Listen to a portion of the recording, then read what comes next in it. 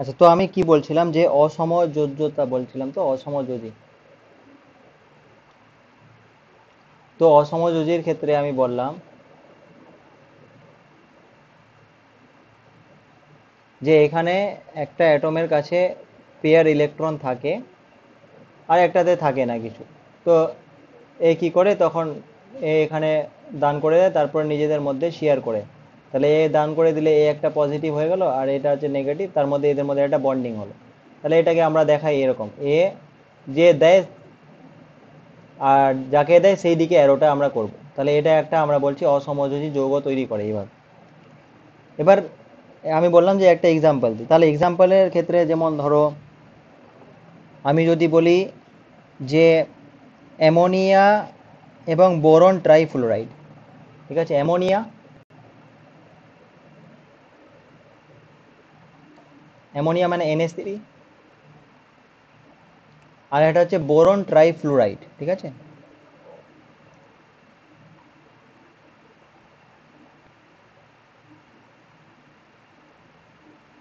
মানে BF3, ঠিক আছে। বোরন ট্রাই মানে তিনটা থাকবে, বোরন ট্রাইফ্লোরাইড। এবার এই ক্ষেত্রে দেখো, যদি আমি অ্যামোনিয়াটা কনসিডার করি খালি, তাহলে অ্যামোনিয়ার যদি লুইস স্ট্রাকচারটা দেখি তাহলে কীরকম হবে, একটা নাইট্রোজেন আর তিনটা হাইড্রোজেন, তো তিনটা হাইড্রোজেন। কিন্তু নাইট্রোজেনের কটা যোজ্যতা কক্ষে কটা ইলেকট্রন আছে?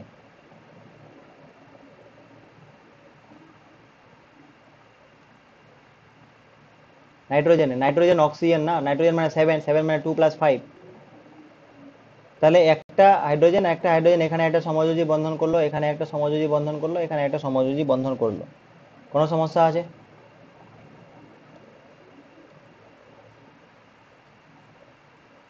আমি ধরো গ্রিন কালারটা নাইট্রোজেনের জন্য দিচ্ছি, তাহলে গ্রিন কালারের ইলেকট্রনগুলো নাইট্রোজেনের।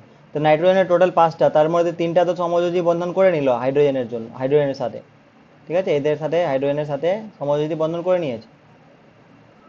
তাহলে নাইট্রোজেনে কিন্তু আরো দুটো আনপেয়ার্ড ইলেকট্রন, নিঃসঙ্গ ইলেকট্রন জোড় আছে, একটা এক জোড়া নিঃসঙ্গ ইলেকট্রন আছে, আছে কি নেই?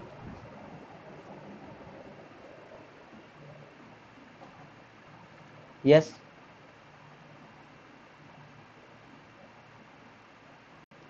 শুনতে পাচ্ছ কি? পাচ্ছি তো। হ্যাঁ, তো রেসপন্স করবে তো, না হলে আমি কিভাবে বুঝবো তুমি বুঝতে পারছো কিনা। তো এখানে এক জোড়া নিঃসঙ্গ ইলেকট্রন আছে, তাই তো? হুম, আচ্ছা, এটা এনে এটা হলো। এবার বোরন ট্রাইফ্লোরাইড যদি দেখি, তাহলে ফ্লোরিন, তাহলে বোরন ট্রাইফ্লোরাইড, তাহলে এটা এফ, তিনটা এফ আছে এখানে, তাহলে তিনটা এফ লিখে দিলাম। তাহলে ফ্লোরিনের যদি আমরা দেখি তাহলে বাইরের কক্ষে কটা, 7টা ইলেকট্রন, তাই না, 7টা ইলেকট্রন। তাহলে বাইরের কক্ষে 7টা ইলেকট্রন আমি দিয়ে দিই, 2, তাহলে একটা ইলেকট্রন এখানে, একটা এখানে, আর একটা এখানে। কিন্তু বোরন যদি দেখি, বোরন মানে 5 মানে 2+3, 2+3, তাহলে তিনটা ইলেকট্রন এর দিয়ে দিলাম বোরনের। তাহলে এখানে তো এই বন্ধন করে দিল, এখানে বন্ধন করে দিল, এখানে বন্ধন করে দিল, রাইট। তো ফ্লুরিনগুলোর এবার দেখো অষ্টক পূর্তি হয়ে গেছে সবগুলোর, এখানে হাইড্রোজেনগুলোর ডুয়ালিটি পূর্তি হয়ে গেছে। কিন্তু নাইট্রোজেনটা আর বোরনটার মধ্যে তো তখন আর মিল কিভাবে হবে, এর তো আর কিছু নেই। এখানে আছে কি কিছু বোরনের? না। আর নাইট্রোজেনের দুটো এক্সট্রা আছে, তো এখানে কে দিল দাঁড়িয়ে হবে? নাইট্রোজেন। হ্যাঁ। তো এ কি বলবে, ভাই তুই, তোর কাছে তো নেই, তুই একটা নিয়ে নে। তো দিয়ে দিল, ঠিক আছে। তো দিয়ে হুম, দিল, তো আমি দিয়ে তারপরে এরা কি করবে, মানে এটা অসমযোজী বন্ধন তৈরি করবে, বোঝা গেছে? মানে এখানে দিয়ে একটা ইলেকট্রন এখানে মুছে দিচ্ছি ধরো, কি হলো রে ভাই, তাহলে একটা ইলেকট্রন এখানে দিয়ে দিল, আর তারপরে এটা একটা কোষ সমযোজী বন্ধন তৈরি করলো। তো এটাকে আমরা এইভাবে দেখাই যে H3N, NH3টাকে H3N লিখছি, আর এনটা যেহেতু দিচ্ছে তাহলে এন থেকে শুরু করে, অ্যারোটা এইদিকে হবে, এন থেকে শুরু করে বি এর দিকে যাচ্ছে, ঠিক আছে, আর BF3। তাহলে এইভাবে যদি কোথাও লেখা থাকে তাহলে এর মানে কি বুঝবে? এর মানে বুঝবে এটা একটা অসমযোজী যৌগ।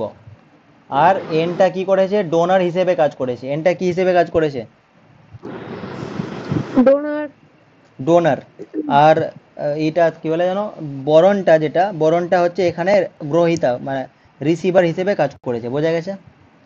হুম। কিন্তু এখানে যে এই যে পেয়ারটা, যেটা এই পেয়ারটা দুজনেই কিন্তু সমানভাবে ইউজ করবে, ও। ঠিক আছে, দুজনেই সমানভাবে ইউজ করবে। আবার দেখো তাহলে সবারই অষ্টক পূর্তি হয়ে যাবে। ওকে। ওকে। তো এই যে এই ধরনের যে যৌগগুলো তৈরি হয় সেটাকে আমরা বলি জুতো যৌগ। জুতো যৌগ। জুতো। জুতো, পরার জুতো নয়। জুতো যৌগ মানে ওরা জাস্ট পাশাপাশি আছে আর কি, এরকম, মানে ও। অসমযোজী বন্ধন দ্বারা সৃষ্টি যৌগগুলো জুতো যৌগ। কিন্তু এখানে শোনো, এখানে যে ইলেকট্রন পেয়ারটা দান করছে, কি বললাম, এখানে যে ইলেকট্রন পেয়ারটা দান করছে। দান করছে, তাকে আমরা বলবো লুইস বেস, লুইস ক্ষারক। Lewis Lewis base. বেস মানে লুইস বেস, বেস মানে ক্ষারক, ক্ষার, লুইস ক্ষারক। হুম। আর যে নিবে তাকে বলবো Luis acid, Luis acid. Acid. বোঝা গেছে? তাহলে লুইস অ্যাসিড মানে যে নিবে, আর বেস মানে যে ইলেকট্রন পেয়ারটা দান করবে। ক্লিয়ার হয়েছে? হুম। আচ্ছা, একটা আরো দেখি, যেমন ধরো আহ,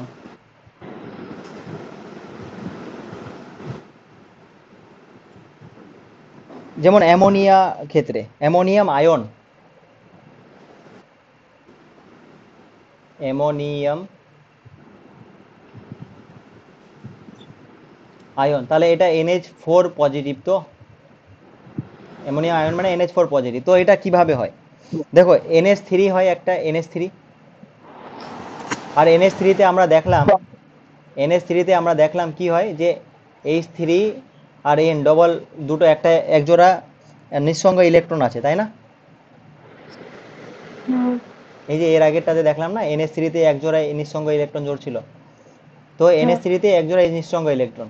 আর H পজিটিভ আয়নটা, H পজিটিভ আয়ন মানে কি, যে H এ তো একটা ইলেকট্রন, এও বের করে দিয়েছে, মানে এর কাছে আর কোনো ইলেকট্রনই নেই, তাহলে এই জন্য H পজিটিভ। তাহলে এখানে কোনো ইলেকট্রন আছে কি আর? না। না। তো কি করবে তখন? এ দিলদারিয়া হয়ে যাবে, নাইট্রোজেনটা একে দিয়ে দিবে, আর দিয়ে পুরো উৎপন্ন হবে যেটা, মানে এখানে তাহলে H3 এনটা সমযোজী হবে আর হাইড্রোজেন প্লাসের সাথে, তাহলে পুরোটা মিলে একটা পজিটিভ চার্জ হচ্ছে। তাহলে এটাকে আমরা এইভাবে করে লিখি NH4 পজিটিভ। বোঝা গেছে? হুম। তো NH4 পজিটিভ মানে কি? NH4 পজিটিভ মানে এরকম, যে H3, বা এভাবে যদি আমি ভেঙে লিখি তাহলে নাইট্রোজেনের এখানে হাইড্রোজেন হাইড্রোজেন হাইড্রোজেন আছে, আর নাইট্রোজেন একটা এইদিকে সমযোজী বন্ধন, অসমযোজী বন্ধন করেছে, আর এটা পুরোটা একটা কি পজিটিভ চার্জ হবে। তো এই জিনিসটা এত বড় না লিখে আমরা NH4 পজিটিভ লিখি অ্যামোনিয়াম আয়নটাকে। বোঝা গেছে? তাহলে এখানে দাতাকে, দাতাটা হচ্ছে NH3টা, আর গ্রহিতাটাকে, গ্রহিতা হচ্ছে H প্লাসটা। ক্লিয়ার হয়েছে? হ্যাঁ। আচ্ছা, আরো দেখি একটা, হাইড্রো অক্সিনিয়াম আয়ন।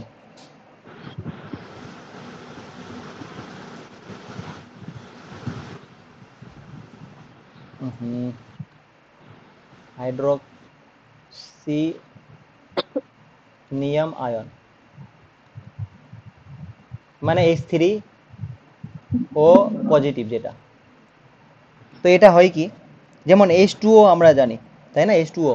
তাহলে H2O ওর ক্ষেত্রে জল, এটা জলের অণু, তাহলে জলের অণুর ক্ষেত্রে অক্সিজেনের দুটো এক্সট্রা ইলেকট্রন থেকে যায়, মানে দু জোড়া থাকে। যেমন যদি আমি হাইড্রোজেনের কটা, একটা একটা না, তাহলে ও নিলাম, হাইড্রোজেন নিলাম, আর হাইড্রোজেন নিলাম, তাহলে হাইড্রোজেনে একটা ইলেকট্রন, একটা ইলেকট্রন।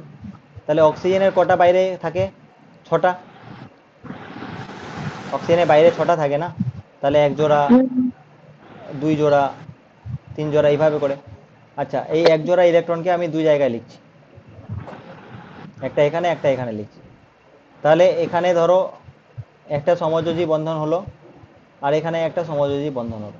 তাহলে এখানে ক জোড়া নিঃসঙ্গ ইলেকট্রন আছে? ক জোড়া আছে অক্সিজেনের? 2 2 জোড়া নিঃসঙ্গ ইলেকট্রন আছে, একটা এটা আর একটা এটা। এবার কি হবে যে এই জিনিসটা যদি এইচ প্লাস আয়ন আসে, এর সাথে এইচ প্লাস আয়ন যদি আসে, তাহলে এইচ প্লাস আয়নে কোনো ইলেকট্রন আছে কি? না নেই। তো এ কি করবে, এই 2 জোড়ার মধ্যে যে কোনো 1 জোড়া দিয়ে দিবে, দিয়ে কি করবে, এরা একটা সমযোজী বন্ধন তৈরি করবে। মানে ব্যাপারটা এরকম দাঁড়ালো যে এইচ ও এইচ, এখানে 1 জোড়া নিঃসঙ্গ আছে ইলেকট্রন, আর এখানে এটা হয়ে গেল তোমার অসমযোজী বন্ধন, আর পুরোটা হয়ে গেল পজিটিভলি চার্জ। তাহলে এই জিনিসটাকে আমরা লিখি কি, H3 ও পজিটিভ। বোঝা গেছে? হুম আচ্ছা, H3 ও পজিটিভ যে লিখছি, তাহলে এখানে দুটো এক নিঃসঙ্গ ইলেকট্রন কিন্তু তাও থেকে যাচ্ছে, তাই না? হ্যাঁ এখানে কিন্তু NH4 পজিটিভে দেখছিলাম, তো ওখানে 1 জোড়াই ছিল, তো দিয়ে দিয়েছিল, তাহলে এখানে কোনো এক্সট্রা ছিল না। এখানে কিন্তু একটা এক্সট্রা থেকে যাচ্ছে দেওয়ার পরেও। তো এই জন্য আমরা এখানে অক্সিজেনের এখানে দুটো ডট দিতেই পারি লুইস স্ট্রাকচারে। বোঝা গেছে?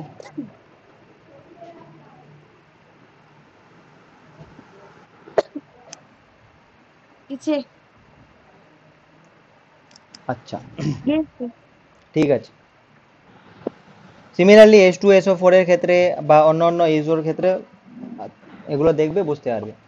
এবার আমি একটা জিনিস বলছি, যে এইখানে দেখো, এটা দেখো, বা তুমি এর আগে অ্যামোনিয়াম ওটা দেখো, বা এর আগে যেটা বললাম এটা দেখো, তো এখানে দেখো অসমযোজী বন্ধন আছে, এখানে কিন্তু হুম সমযোজী বন্ধনও ছিল, এগুলো তো সমযোজী বন্ধন না। তাহলে অসমযোজী যৌগগুলোর ক্ষেত্রে সমযোজী বন্ধন যে থাকবে না ওরকম কোনো কথা নেই, সমযোজী বন্ধনও থাকবে। বোঝা গেছে কি? হুম আচ্ছা, তো এবার তাহলে এখানে আমরা দেখলাম কি, যে এখানে সমযোজ্যতা আছে। দেখো, এই যদি আমি H3 ও পজিটিভ দেখি, তাহলে এখানে সমযোজ্যতা আছে, একটা দুইটা, না দুইটা, দুটা বন্ড আছে, তাহলে সমযোজ্যতা 2। অসমযোজ্যতাও আছে, একটা অসমযোজী বন্ধন আছে, তাহলে অসমযোজ্যতাও আছে, তাই না? এর মানে হুম এই এক্সাম্পলটা যদি দেখি, বা এই এক্সাম্পলটা যদি দেখি, বা এই এক্সাম্পলটা যদি দেখি, তাহলে এখানে সমযোজ্যতা প্লাস অসমযোজ্যতা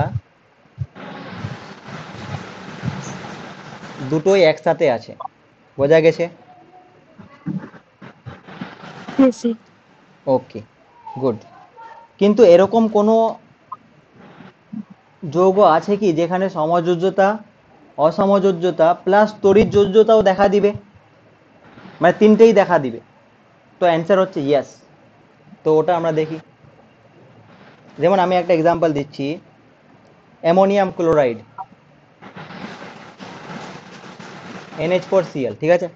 তো আমরা কি দেখলাম, যে NH4টা যেটা, ওটাতে কি কি ছিল, NH4 এ NH4 পজিটিভ আর Cl নেগেটিভ। তো NH4 পজিটিভ Cl নেগেটিভ, এই দুটো যোগ হয়ে NH4Cl হয়।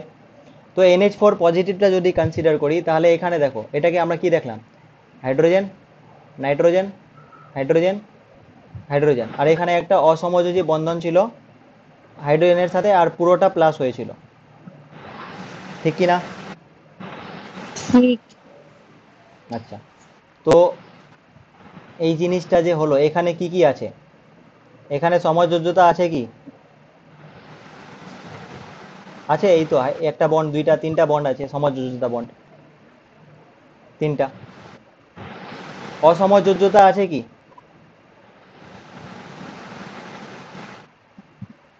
আছে, এই যে একটা এরো, তাহলে একটা, ঠিক আছে।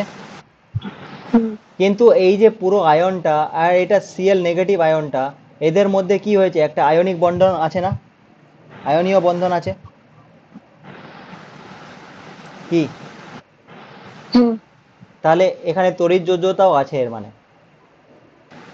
তড়িৎ যোজ্যতা। যোগ্যতা। তড়িৎ যোজ্যতা কত? এটা 1, কারণ একটা প্লাস চার্জ একটা মাইনাস চার্জ, এর মানে একটা ইলেকট্রনের আদান প্রদান হবে এই দুটোর মধ্যে। বোঝা গেছে? তাহলে NH4Cl এমন একটা তোমার যৌগ যেখানে সমযোজ্যতাও দেখা যায়, অসমযোজ্যতাও দেখা যায়, আর সাথে সাথে তড়িৎ যোজ্যতাও দেখা যায়। বোঝা গেছে? গেছে। আচ্ছা, NH4Cl ছাড়া অন্য কোনো আছে কি এরকম যেখানে তিনটায় দেখা যায়? তো অ্যান্সার হচ্ছে এগুলো মনে রাখতে পারো। একটা হচ্ছে লিথিয়াম অ্যালুমিনিয়াম টেট্রাহাইড্রেট, সোডিয়াম NaBH4, আর Na2HPO4। এই তিনটার নাম মনে রাখতে পারো, না হলে এই NH4Cl তো মনে রাখবেই রাখবে।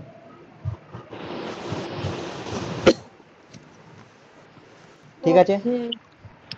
আচ্ছা, এবার দেখো অসমযোজী বন্ধনে বা অসমযোজী যৌগগুলোর আমরা যদি দেখি,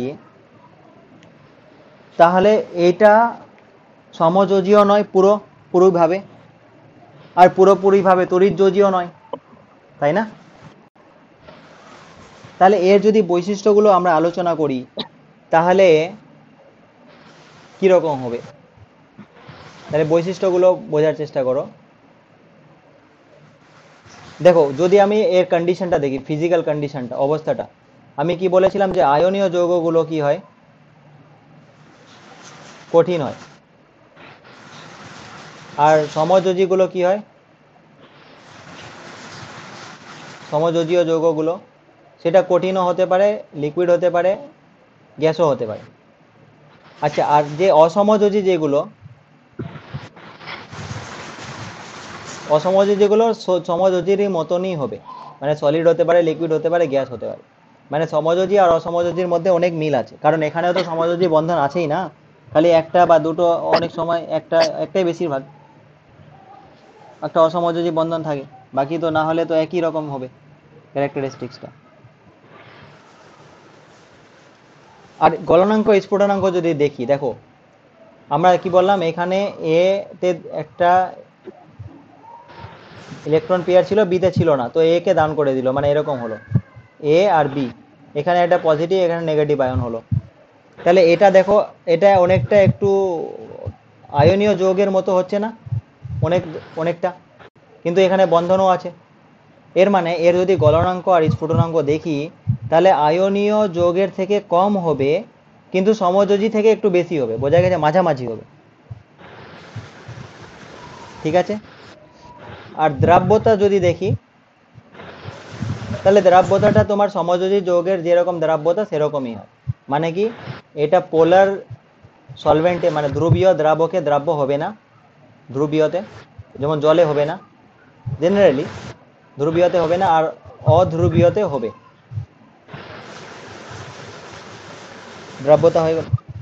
সমাবয়বতা দেখা দিবে কি? ইয়েস, এখানে তো একটা ডাইরেকশন আছে না, নির্দিষ্ট অভিমুখ আছে, তাহলে সমাবয়বতা সমযোজী যৌগগুলোর মতো সমাবয়বতা এখানেও দেখা দিবে। বোঝা গেছে?